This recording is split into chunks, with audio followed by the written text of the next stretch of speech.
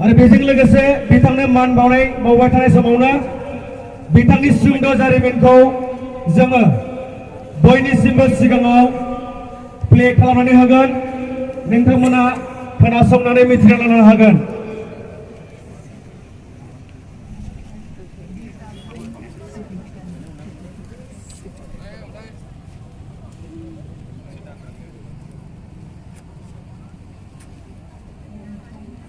dzabrangनि सुंद' जारिमिन। थै आरो मोदै।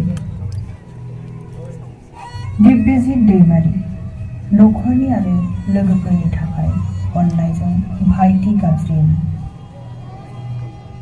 दिव्यजित दैमारिया 1964 मायथाइनि 12 एप्रिल दानाव उदालगुरि जिल्लानि 2 नं सापकाइथि गामिनि रुंसारि निलसन दैमारि आरो रुंसारि पुष्पलता दैमारिनि नखराव जोनोम मोनो।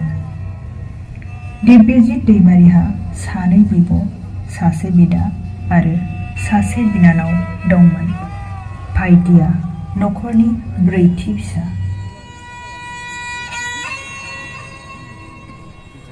दिव्यजित दैमारिनि बिमाया गामिनि प्राइमारि फरायसालिनि सासे फोरोंगिरिमोन।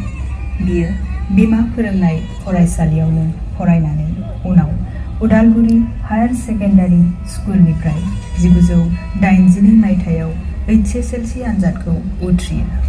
बेनि उनाव शिलं कलेजनिफ्राय 1984 मायथाइयाव PUखौ उथ्रियो। बियो BScनि थाखाय शिलं कलेजावनो मुं थिसनदोंमोनब्लाबो बै समनि राजखान्थियारिनि गुबुंले दौलेंनि थाखाय तेजपुरनि दरं कलेजाव मुं थिसनस्लायो आरो बेनिफ्राय आरोबाव उदालगुरि कलेजाव बारस्लायो आरो बेनिफ्रायनो 1989 मायथाइयाव BAखौ उथ्रियो।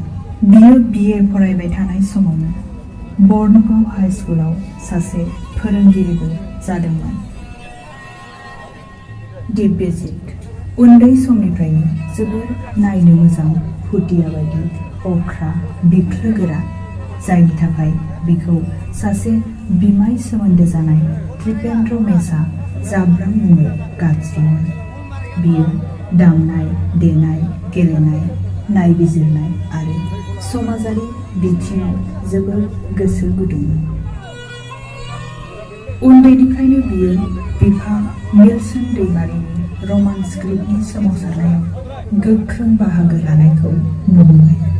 नखराव पुलिसजों नासयजानायखौ आगोल मोनबोबाय।